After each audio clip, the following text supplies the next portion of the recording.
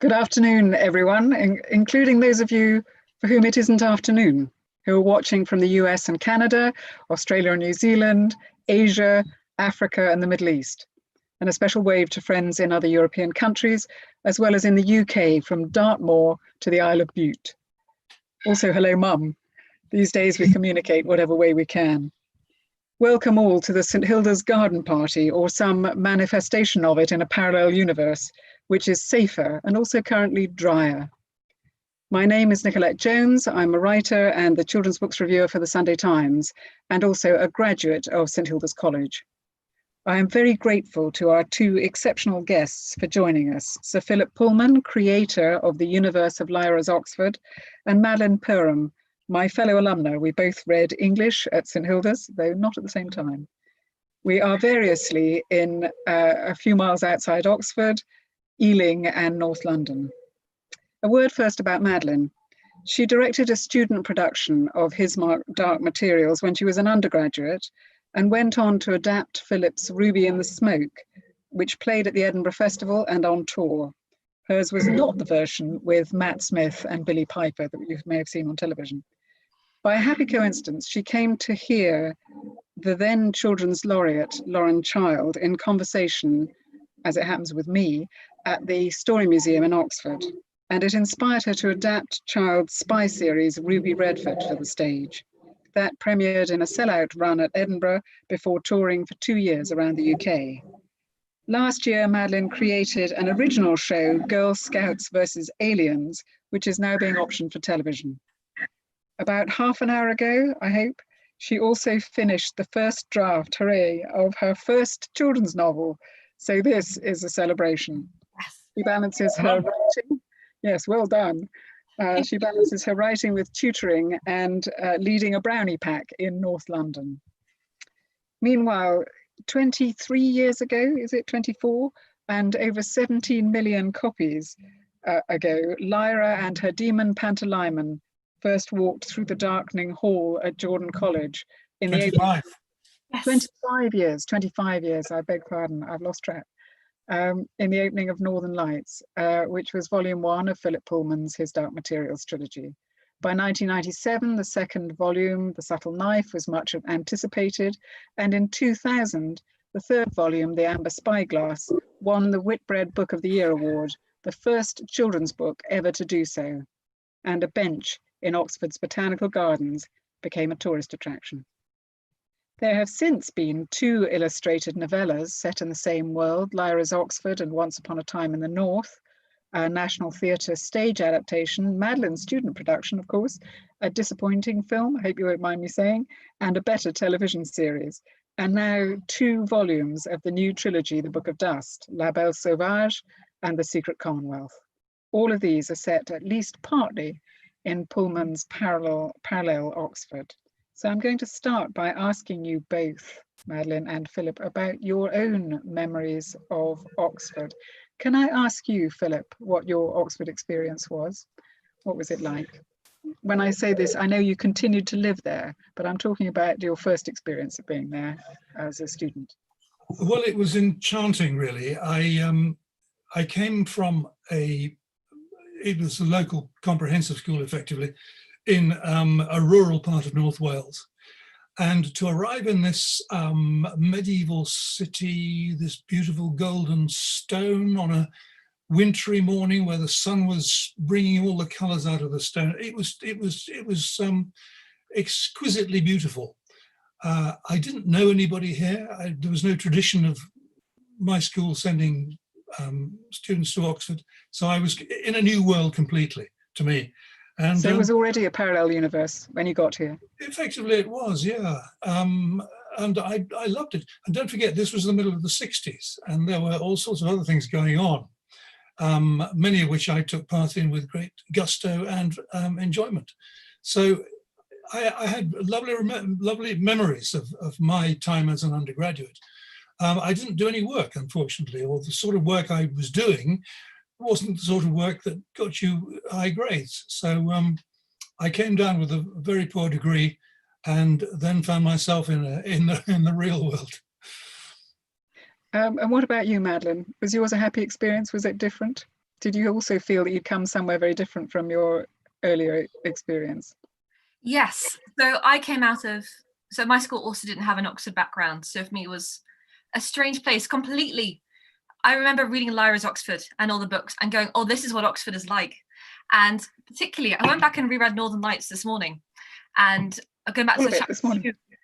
It was a sprint read. But going back to chapter 2, and it talks about Lyra climbing on the roofs in Jordan.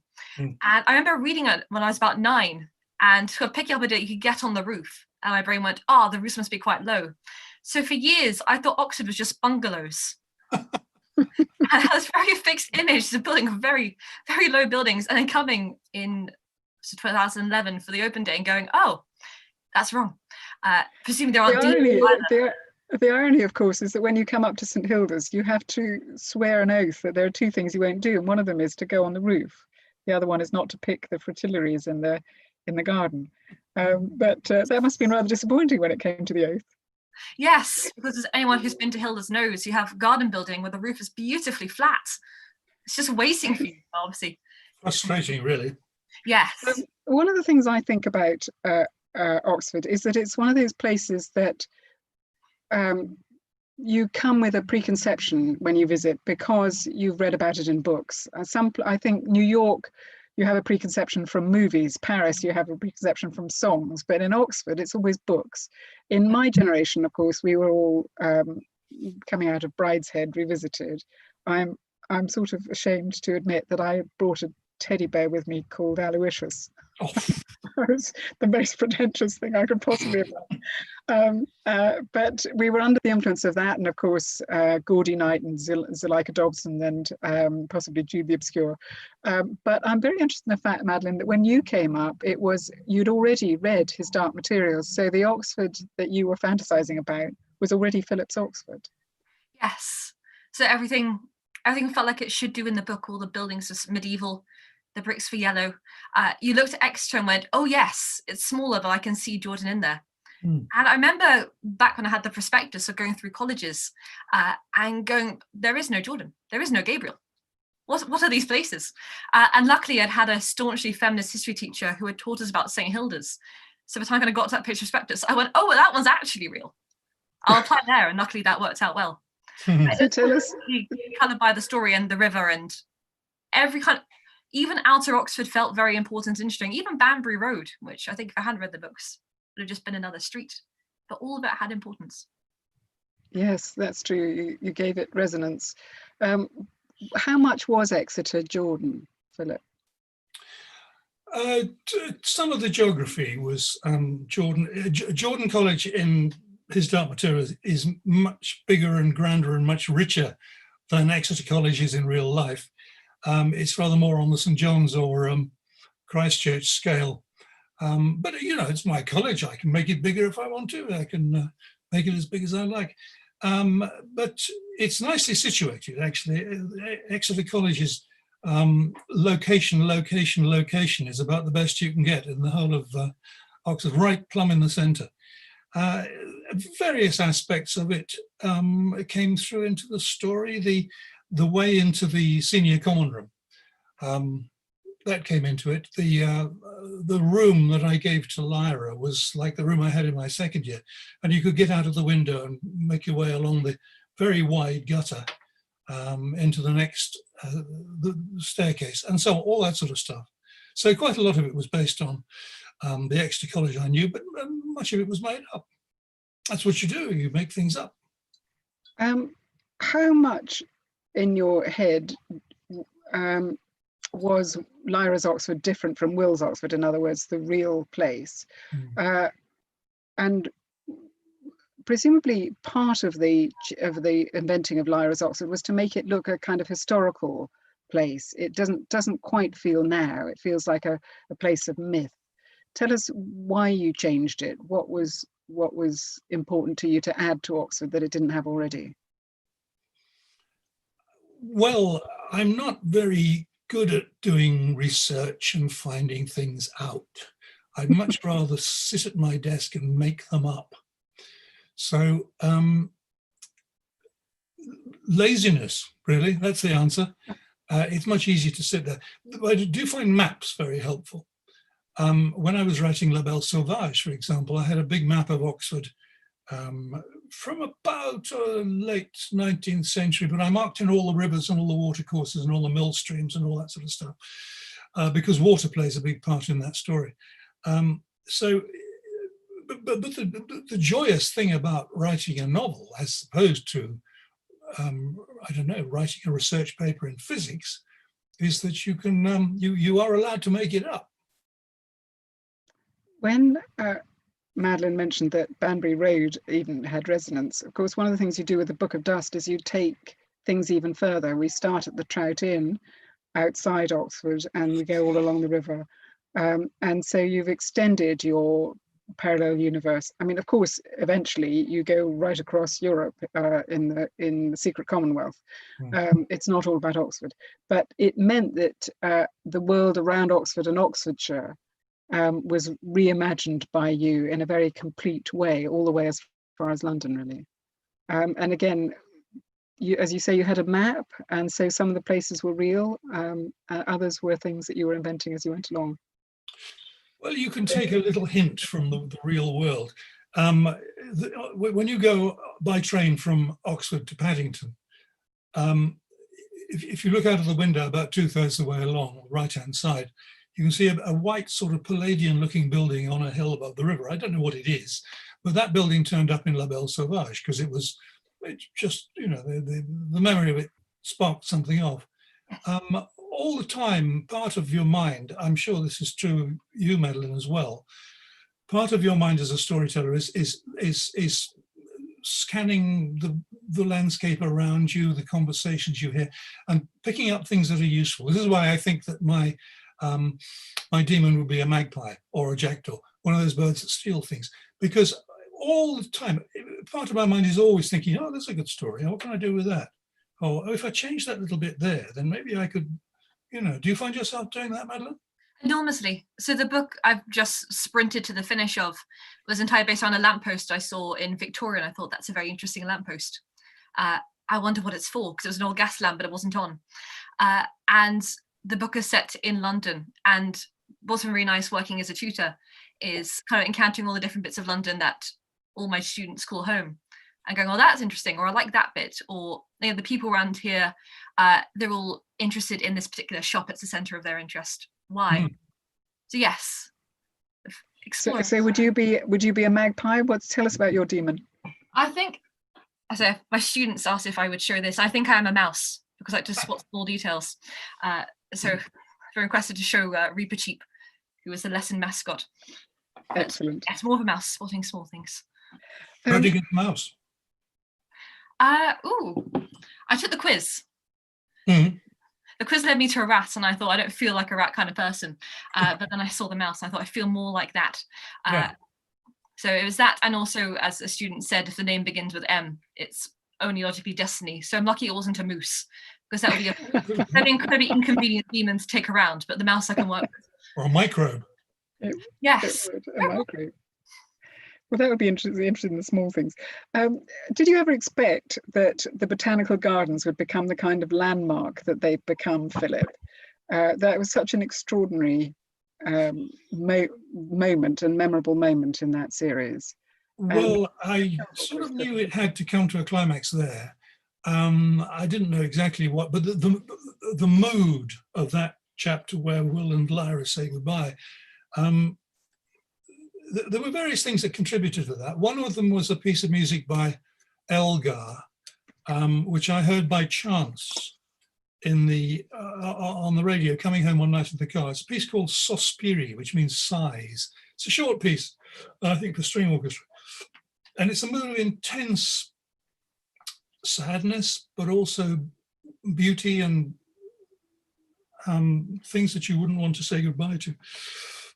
So all sorts of things contributed to it. But no, I used the Botanic Garden as I used every other aspect of Oxford. I just picked it up and walked off with it. So it's a wonderful place, of course, the Botanic Garden. And I remembered the bench where I'd sat once or twice, and I gave that to Will and Lyra. And now the garden of put up a sculpture there, which is very flattering. So no, I didn't expect it at all. Wonderful. It's also a wonderful bench, just for any Oxford students. If you're writing a dissertation in the spring and it's warm, if you sit on that bench, it's normally very quiet during weekdays. So I can go and do my work on there. Inspiring. While you were adapting Philip, you're sitting on the bench. I like the idea of that. So tell me a little bit about the challenge of adapting Philip's books. Ruby and the Smoke was a daring thing to take on because there's so many characters. It's a sort of Victorian parody of a certain tone. You did a beautiful job whittling down a complicated plot and a lot of people. But tell us what first of all, I think it was a very brave thing to do, take on Philip, and take on a book of that grandeur. But tell us what the main challenges were for you. That's what I just want to say thank you again to Philip for letting me do it, because it was just amazing for everyone in it. It was all kind of, we had just graduated, or we were on the way. And like Sally, our world had changed very suddenly because we'd had 17 years where you were always working towards some kind of goal and suddenly just stopped. And went, no one is telling us what to do. And it's a bit like Sally, but not as drastically as hers. And I made some notes about it. I managed to kind of dig back through my diary as I was writing it, as I was adapting it. And a lot of it is, what do I do in this scene? And Jerry, my approach was always go back to the book, and Philip has always done the answer for you. Don't think too much.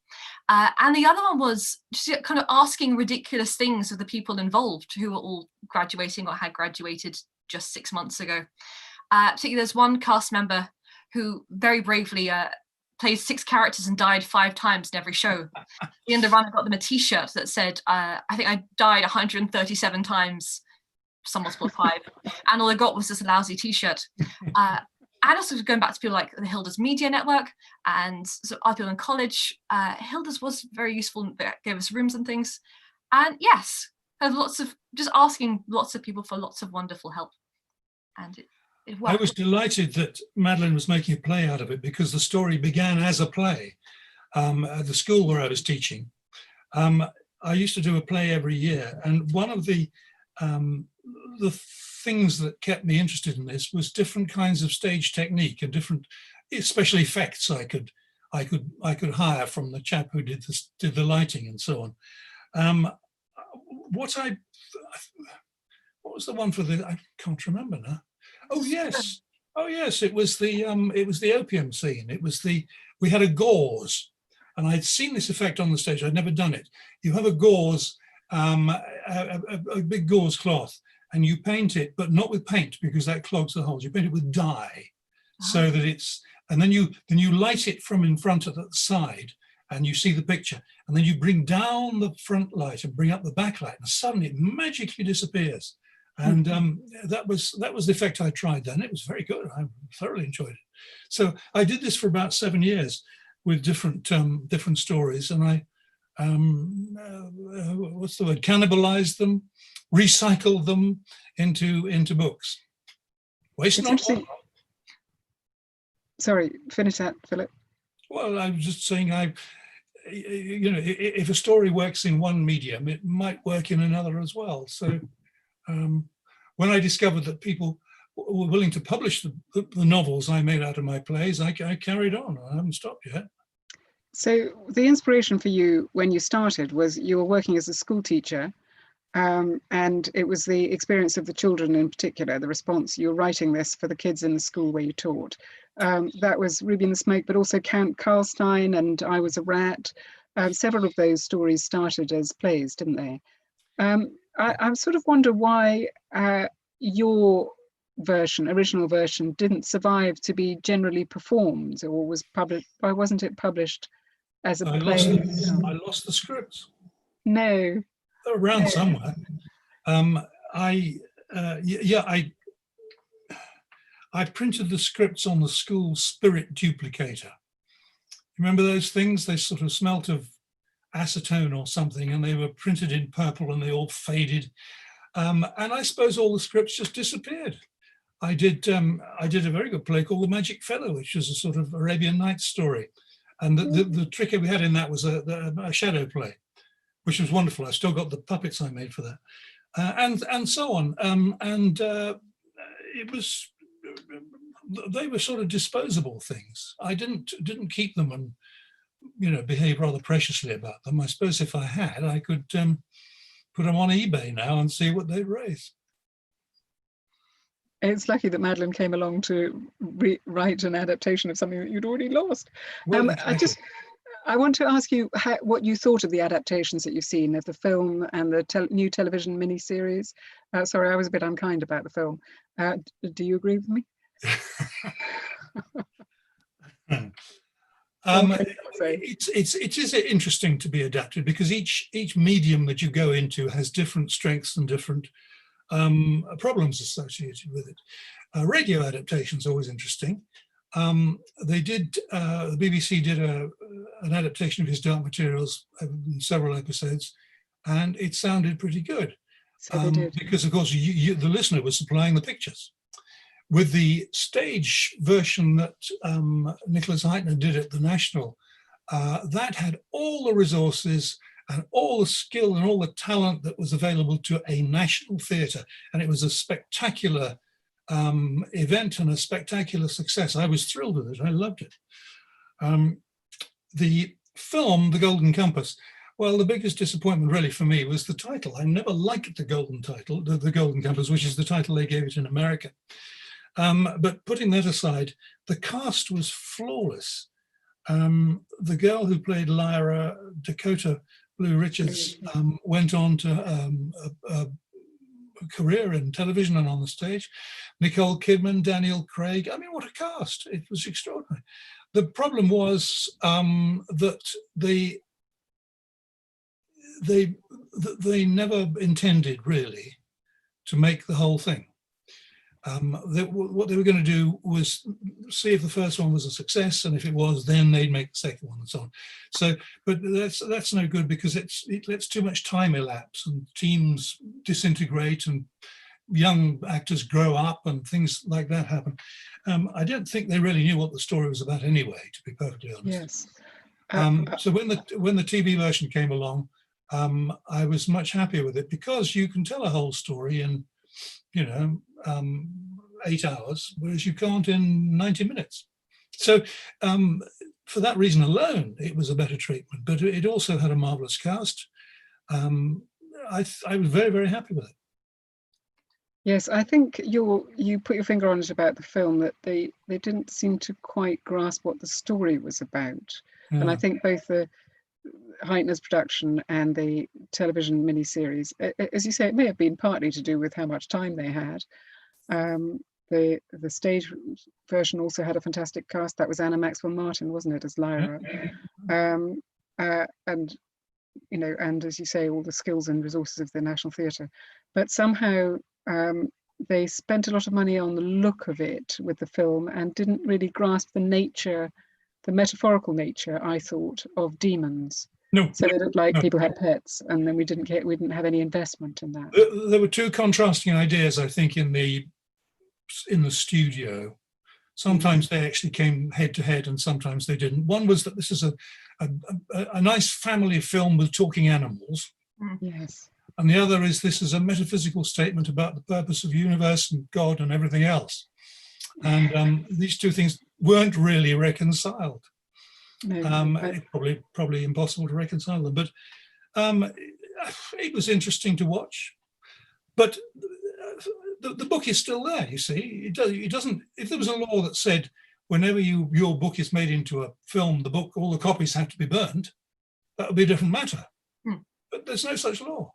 And when you find your book adapted, Madeleine, by the way, would you be interested in doing it yourself? Ooh, that is. Would you rather hand it over to somebody else? I thought you were already working with someone. I think I wouldn't take anything out. I think that's the issue. I was to go, no, I put all those commas in for a reason. They have to stay. I remember there's a bit in the Golden Compass film, I think, when Lord Asriel had a snowboarding. And I remember being sort of 13 and throwing a cushion at the television going, no, Philip Pullman didn't say he snowboarded. He doesn't. That's right. Yeah. Well, you have to bear in mind the limitations of the medium. Television, because it's a small screen and because you're in your own, your own home and you can get up and make a cup of tea and all that sort of stuff, has a different feeling to the screen that you see it on in a cinema, where you're probably looking up in the dark with a lot of other people. So those two things are already different, different kinds of experience. Radio's different again. Stage plays are very different because you have to, you have to be there and behave yourself and not throw popcorn about. So it's they're all different.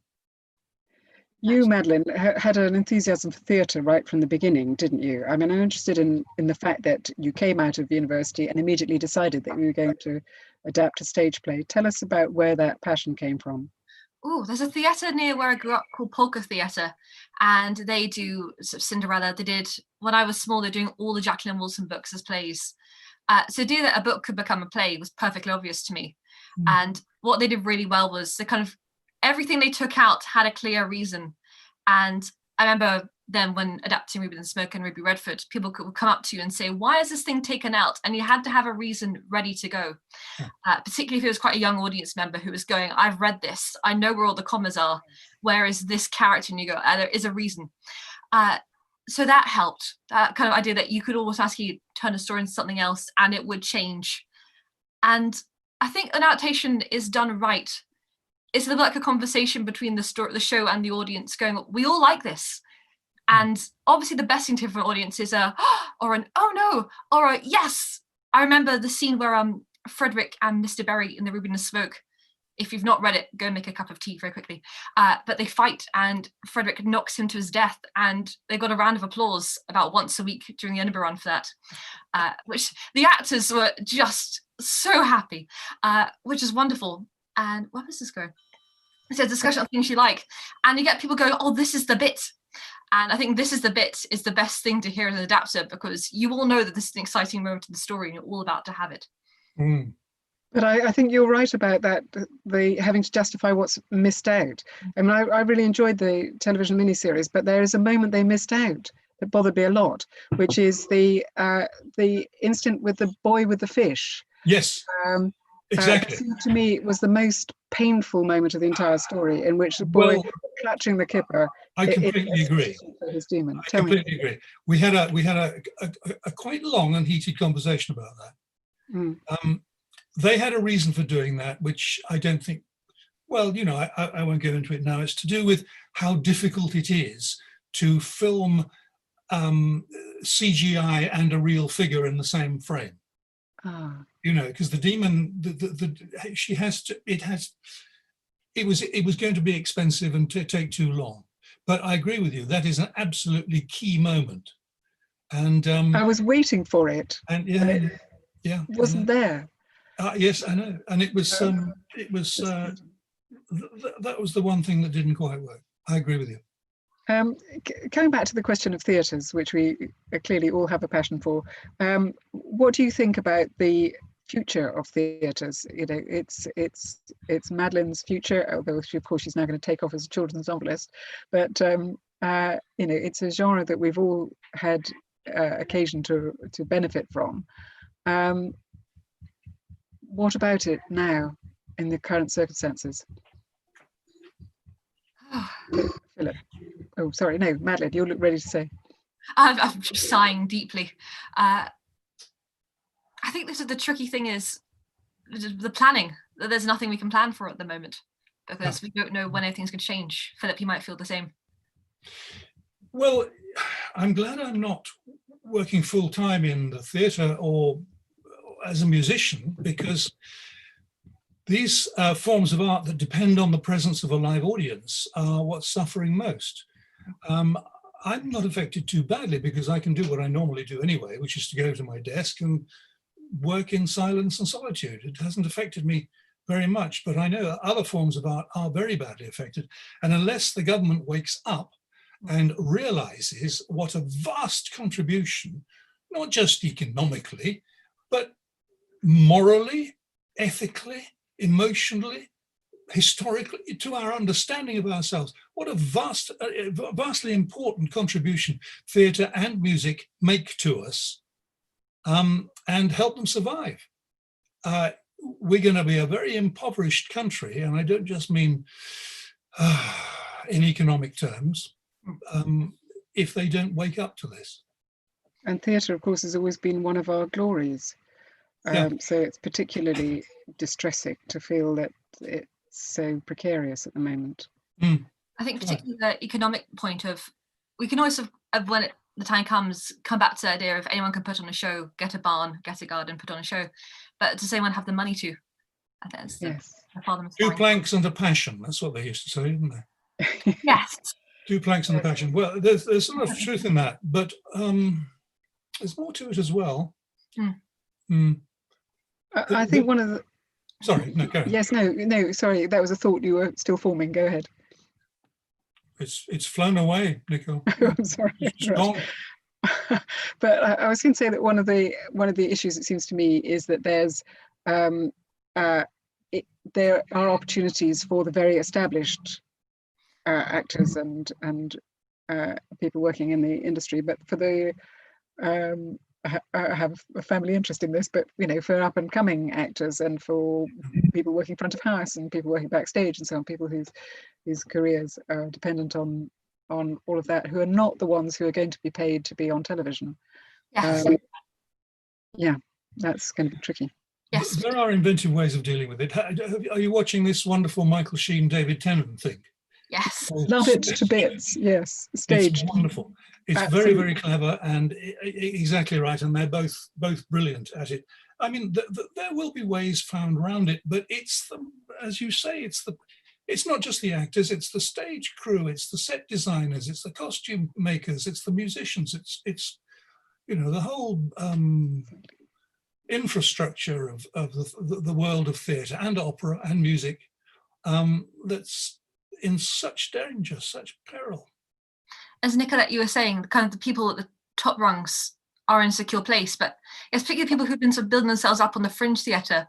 And the amount of times I've been to see a fringe show and thought these people were playing to three squirrels and a stick, and when I came to see them in 2016, and now there's 400 people cheering. This is amazing, and where could it build? But suddenly feels like they've all just had to stop and go back to the beginning, and they may not have the ability to. Yeah. Yes, and David Tennant and Michael Sheen can make a thing happen because they're David Tennant and Michael Sheen with guest appearance from Judi Dench. It's not. I mean, they were marvelous, but it's not those people that I'm most anxious about.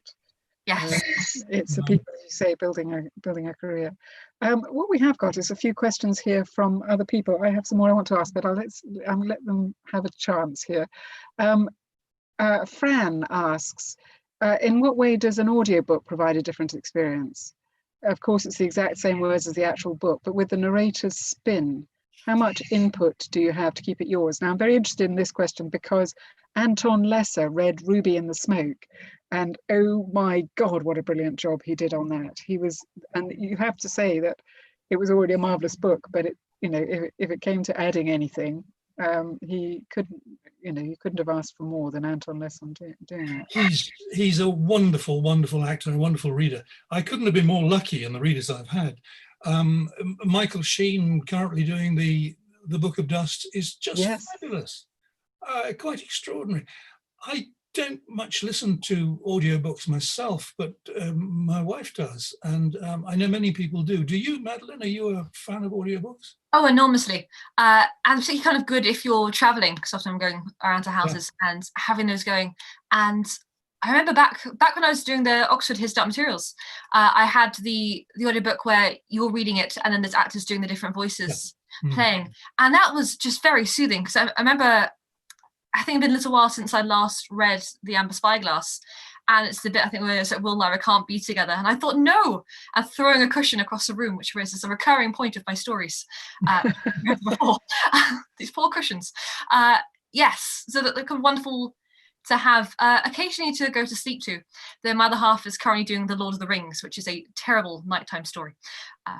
So anyone might be considering it. Actually, the version you mentioned, yes, with the full cast recording, I did the narration, and they had actors, many of them from The Archers, actually, reading the parts. It was a great experience for me because I was seeing these actors raise the emotional notch that much, or switching in a moment from a an East Anglian accent to a London accent, or the immense control they had over their technique and their voices. Wonderful to watch and learn from. I enjoyed it very much, but I couldn't do the Book of Dust in the same way. I hadn't been very well, and I didn't have the stamina. So Michael Sheen did it all by himself, absolutely brilliantly. And do you think I know parents are sometimes anxious about children listening to books on audio. They feel that somehow this is a cheat. Do you think it's a cheat? No. It's much better to have it read by Anton Lesser or Michael Sheen than by some bored father who only wants to hurry through this and go downstairs and have some gin. Much better to have it read properly. Yes. On the other hand, dad reading can be special in other ways. Yes. Another question for you from somebody in the audience. Demelza says, do you think it's right that the books, I take it she means His Dark Materials and the Book of Dust, are categorized as young adult fiction, considering there are such big topics being explored? Would you recategorize them if you could? I know, Philip, you've always felt that the story is just for whatever audience responds. I'd rather not. I'd rather not say who this book is for. I don't know who's going to read it. I don't write it with a particular person in mind or a particular age in mind.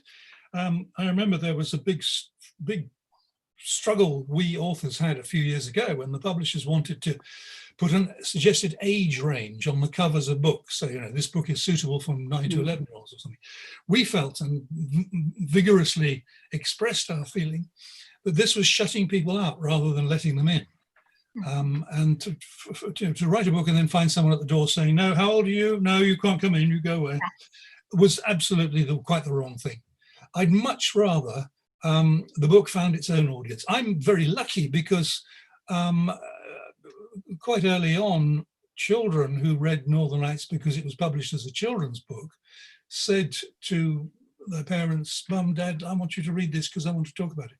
And then the parents did and found it wasn't entirely beneath their dignity to read all the way through. And I found I had an audience of adults as well. That's extremely lucky. I couldn't wish for anything better.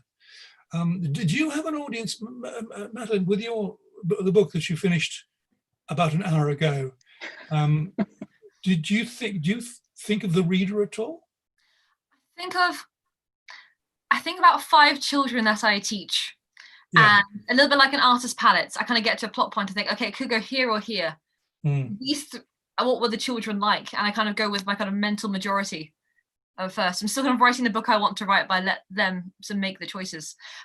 Still Girl Scouts versus Aliens, I was completely writing for my brownies. And if other children enjoyed it, that was fabulous. But it was mostly for those 20 girls. Luckily, we had a group of Boy Scouts come in and they also enjoyed it, which I thought was the ultimate compliment. They used to be called Girl Guides, didn't they? Yes, Girl Scouts is the American name. We thought it had more plosives in it. That was the only reason for the change. I didn't want to join the Brownies because they were rather a rough lot in my village. Still are. Speaking of rough, you described Lyra once as bloodthirsty and coarse and pretty little savage. Yes, and savage. And you said you always had several Lyras in the class that you taught, so you were also writing for the children that you were teaching, or writing? Well, no, I wasn't writing for them. I was writing about them. I didn't know if they would be interested in reading my stories or not. You can't order an audience the way you can order a pizza. True. You can't do that. All you can do is tell your story and hope that somebody will pick it up and read it. That's all you can do. In your head, are you are your own audience, or your younger self, or yourself now? How does that work? Well, it's got to entertain me, or I won't have the patience to write it. But I really don't want to specify my audience. I think it's actually pretty arrogant to do that. You've got no right to have this sort of audience or that one. I wrote a piece about the topic of intention not long ago. It's in my book of essays, Demon Voices, and I pointed out that the right verb to use in this is not intend, but hope. Yes. You hope you're going to have a readership. You hope people will like it. You hope they'll find it funny, but you can't intend, for example, to write a brilliantly funny book in the way that you can intend to write a birthday card for your cousin. The two things are not comparable in terms of what you're able to do. So hope, yes, but intend, no, not really. It was This slightly... Sorry, Madeline. As when we were doing auditions for the Oxford His Dark Materials way back when, so yeah, sort of audiences, there was this lovely kind of common theme throughout everyone who came in, despite subjects from the medics to the English students, gender, age, undergraduate to doctorate. Everyone had read the book somewhere between the ages about 10 and 20. And all of them kind of went, at some point in that period, I wanted to be Lyra. I wanted to be coarse and bloodthirsty. I wanted to climb the roofs and tell people stories to get what I wanted. And I wanted all these things. Luckily, didn't all want to play Lyra, or it would have been a bloodbath. But she did completely transcend the idea of kind of, this is the kind of, this is the girl or boy who reads the book. So everyone wanted to be that at whatever point it was right for them to be. I have to say, I have a daughter who wanted to be taken to a Lyra audition. And it's one of my failures as a mother that I never did it. So, and it turned out she looks quite like Dakota Blue. So it possibly was a really big mistake. Oh, the power of the universe. Anyway, no, it all worked out in the end. I've got a question particularly for you, Madeleine, which slightly relates to what we were saying earlier about who you're writing it for. One of the things about an adaptation is, did you feel that it took off its own independent life because it becomes your thing over and above the source? I think I was thinking like a scrappy little sibling. It's kind of like, we're related. We have the same nose, but I'm a smaller thing than you. But also things change. And what I particularly love about adaptation on stage is it gets personalized by the people doing it. And the wonderful Becky Lenahan, who was Lyra and then was my Sally. I remember one day in rehearsal saying, I never get to fight anyone. People always fight over me. And I always get kidnapped, but I've never been able to do a fight on stage. And she's now qualified as a doctor, and so hasn't had a male opportunity to fight people either. And so I ended up writing in a scene where she's teaching Frederick to fight, just because Becky was so determined to hit someone with something at some stage. Oh, good. Ends up sort of making on a different ear, which was Becky fighting someone. Oh, that's good. She's very happy. It has an independent life, not only through you, but through the actors. Yes. Through the other people that are choosing this. It is amazing what actors bring to it. Yes. And you can see the difference between someone who's an actor, a very good actor, and someone who's a star. A star is someone you cannot help watching, and whatever they do is fascinating because it's them doing it. And then there are the brilliant actors who play character parts and who can be an old tramp or a distinguished judge or whatever it is. And they all bring something of their own. They all bring something that they know or something that they've seen. I do love working with actors, I must say. This relates to a question here, which is, do visual adaptations, this is from Sarah, do visual adaptations change the way you see your own work? Once you've seen an actor in the part, does it make a difference? Sarah says, I find that images from films and plays interfere with my own process of imagining novels when I reread them. So has Mrs. Coulter become Ruth Wilson or become Nicole Kidman in your head? It depends what you see first. I mean, if you see the film first, Mrs. Coulter will always look like Nicole Kidman. But if you read the book first, then you're perfect liberty to say, oh, she doesn't look like that, or she's got the wrong colour hair, or he'd never say that, or oh, they've changed this and he didn't say so and so. I think our common experience, the thing that we know most about books and films, is that when we go to see a film of a book we've enjoyed, we kind of expect to be a little disappointed. Because we have been in the past, and she doesn't look like her really, and he wouldn't say that, and all that sort of stuff.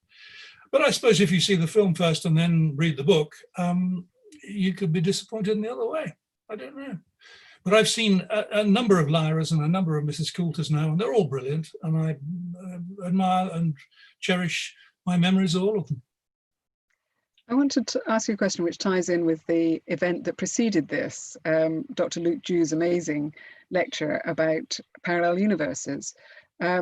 He pointed out very interestingly that one possibility for traveling, if one ever actually could, from one universe to another, would be by finding an incredibly powerful source of energy, which of course is exactly what happens in His Dark Materials, that they, this is a spoiler, but the severing of the demons releases a charge of energy which enables this travel to happen, so that you somehow found something which the scientists agree with. Now, did the science come first, or as Rihanna asks, I know somebody else here, I can't see who it is, sorry.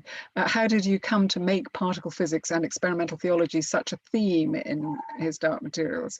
Did you arrive at it coincidentally, or were you already researching it? Well, I'd like to claim that I invented it independently. But no, I read about it because I've always found it fascinating. And I understand very little of it. I don't understand the equations, for example, in Dr. Dew's speech, but I'm just thinking that, yes. you know, people have written whole books about the science of His Dark Materials. It's Was that something very good to steal from? It's very good to steal from. Coleridge, Samuel Taylor Coleridge, used to go to the Royal Institution lectures in London. He said, to renew my stock of metaphors. And I wouldn't really maintain that the purpose of science was the discovery of metaphors for subsequent development in the arts. But it's very good for that. Madeleine, in your story, do you rely on things that you don't know a lot about, that you had to go and look up? I enjoy the looking up. I think it's the remnants of that St. Hilda's degree. I think so. For going to the Bodleian, particularly, as you guys know, the downstairs section of the Bodleian, where you kind of think I might come out again, but I could equally be here for years and no one would ever know. And kind of like quite enjoying the challenge you're going to set yourself a question and finding the answer to it somewhere in the darkness. So yes, I agree that finding the challenge and then find the answer is just as much fun as putting it into some kind of story.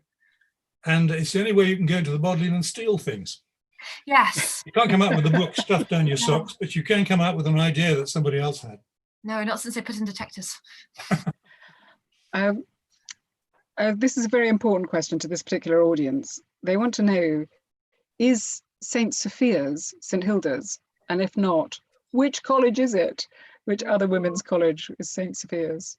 Well, according to the geography of Lyra's Oxford, it's roughly Lady Margaret Hall. St. Hilda's is in the other direction, but St. Sophia's is kind of north, off close to the University Park. That's where it is. St. Hilda's actually on the His Dark Materials map. Is it still there, or did we merge with someone else? I don't know. Oh, I can't remember.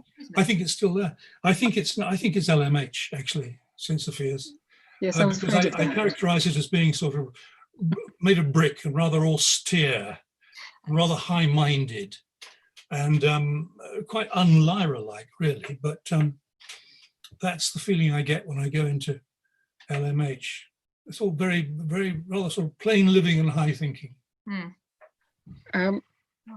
So in fact, it might have suited Lyra better to go somewhere like St. Hilda's in the end. Perhaps she would have been, well, she'd have been on the roof in a brace of shakes, so perhaps she'd have been sent down rather than... That's true. That would have been trouble, wouldn't it? We do have the lovely John Lawrence illustration. What's the question about here? Which is that? Yes, which illustrates Saint Sophia's. That So presumably John, when he drew it, was basing it on a particular college, or was again that a work of imagination? Do you know? Well, he took elements from various Oxford places. He came here and from Cambridge, where he lives. He came here and wandered about for a day or so and drew a lot of pictures and sketches and took some photographs, and then concocted the map which I described to him and put them all in. It's a lovely piece of work. It is. It is a beautiful piece of work. You, of course, are a maker of woodcuts yourself, because the original woodcuts for Northern Lights were yours. Tell me about that relationship. John Lawrence then sort of took over as your woodcutter when it came to things like Lyra's Oxford and Once Upon a Time in the North. Well, the big difference is John Lawrence can draw and I can't. My pictures weren't woodcuts, actually. They were little drawings in ink. Oh, sorry. I made some of them look like woodcuts because I think that suited the size. They were very small. They were only about that big. David Fickling, the publisher, suggested that we should have a chapter heading illustration. And I said, "Oh, can I draw them?" And he said, "Well, I don't know about that." So I went off and drew a couple, and they seemed to be all right. So in the first book, they were that size. And then when the first book won the Carnegie Medal and sold a few copies, in the second book, they were that size. And when the third book came along, I didn't have time to draw any pictures because it all happened in rather a hurry. So they had quotations. I had quotations instead from poetry and so on. But when it came out in paperback, I think I did some pictures for that. But again, it's a matter of what you've got the time to do. I haven't got the time to do that sort of thing now. All I can do is sit and write. We've got But if you were a girl guide, you would have a badge for drawing as well. I can't draw, but there would be one, and someone else could have it. Also, what badges would you have? Oh, I have them somewhere neatly stored away. I won the chocolate badge multiple times, which is a bit of a claim to fame. So I had to do a taste testing, and I was very good at that. I can definitely get my fruit and nut from my others. But on the whole, there is no alien or Earth defense badge. And I hope if Girl Scouts vs. Aliens goes anywhere, that can be my legacy. It's one very specific extraterrestrial badge. Oh. Excellent. Yes, that if people do find any aliens to fight off when they're in the Girl Guides, but your skills aside, apart from eating chocolate, what was it always writing? Was it always reading, Maddie? What were your other strings to your bow? Oh, I have strings. It was mostly kind of the appeal of going to Oxford doing English was the library. And I think I got told on the open day, you can never read your way around the Bodleian. And I thought I will take that challenge and see how far I can get, which I think has been many people's call to arms as they've gone. And so it's mostly that, working with children. And also directing was mostly my interest, but when it came to the Ruby and the Smoke, someone needed to write it. And I realized it's quite a lot of people's playwriting origin story. Someone had to do the writing. And I thought, well, Philip's written such clear character voices, they're really easy to pick up and write more in that section.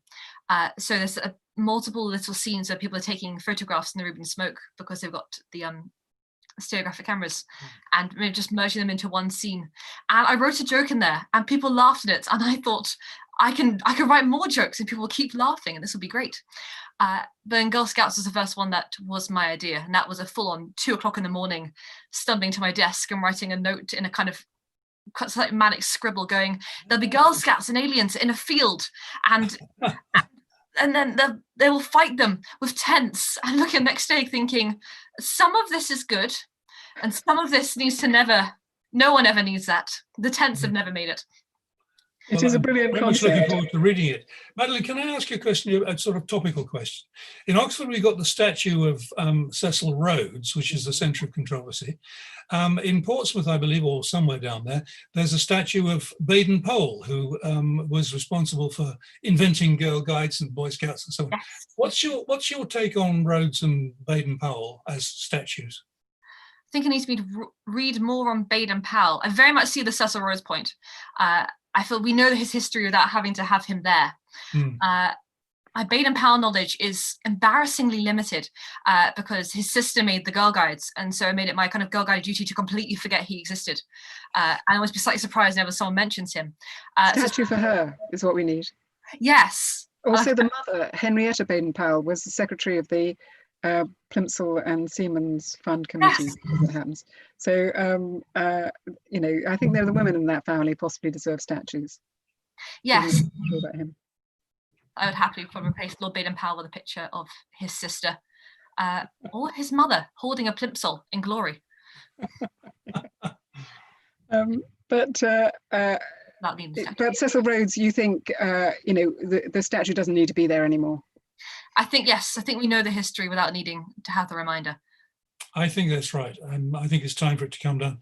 They could start by taking away the netting all over it and letting the birds in to make their own comment on the matter. Yeah. Yes, on the face. I think that's right. You can save the thing. You can put it in a museum. You can show. You can talk about the history of the statue, which is part of the story. But you don't have to leave them on a pedestal, do you? Yes, I had a friend from Oriel who I think was the youngest ever secretary of the University Drama Society. I would happily put her up there instead. And he actually thinks he's an Ashmolean. It'll be fine. Good, lots of people could be up there. We are running out of time, but I just wanted to say a couple of things. One was that you have a whole series of His Dark Materials related quizzes and games up on the St Hilda's website, Madeleine, that you have brilliantly put together. So anybody who enjoyed this or is interested in the books might like to go ahead and have a go at the quizzes and the related games. I also wanted to thank Triona Adams for making this garden party virtual. I'm sorry there are no trees and no grass, but there are all the other highlights, thanks to her incredibly hard work. There was even takeaway teas for some people who were lucky enough to collect them from the college. I'm sorry that they couldn't be shared in Australia and Canada and other places.